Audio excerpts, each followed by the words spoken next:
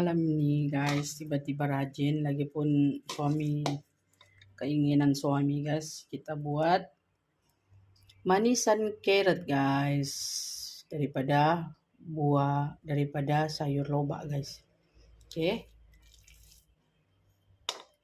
2 kilo sayur lobak, beginilah hasilnya guys. Okay, ini dia manis ya guys, tapi ini saya sudah kurangkan gula dia. Okey, kalau ikut daripada resepi dia memang terlalu manis. Okey, sebab ini manisan Pakistan guys. Okey, yang putih-putih itu saya ada letak ke kacang guys. Okey, sepatutnya buat ni kan dia macam-macam kacang yang kena kita campur, macam badam, gajus, kacang tanah, kacang otak saya panggil tu, berbagai jenis kacang. Kacang pistachio pun boleh campur. Okey. Okey, ini sudah masak guys. Sekarang kita mau letak di dalam balang. Sebab kita tidak boleh biarkan dia begini guys. Okey.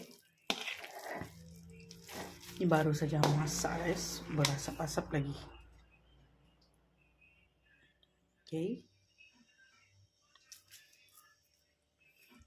Okey guys, jom kita lihat ni sudah carrot ni. Dia makan masa juga guys, mau ni sebab carrot kan dia banyak air. Jadi mau tunggu dia sampai kering, lepas tu kita campurkan gula, lepas tu tunggu lagi kering.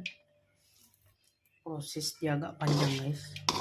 Saya masak ni agak-agak dalam 1,5 jam jugalah. Tergantung jugalah daripada api kita guys. Pertama saya bagi full, lepas tu kalau sudah mau kering saya bagi slow guys. Sebab saya risau nanti kan kita campur gula, takut nanti hangus.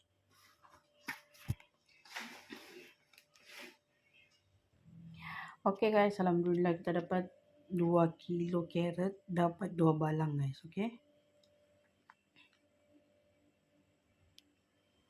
Oke guys, lebih terasa.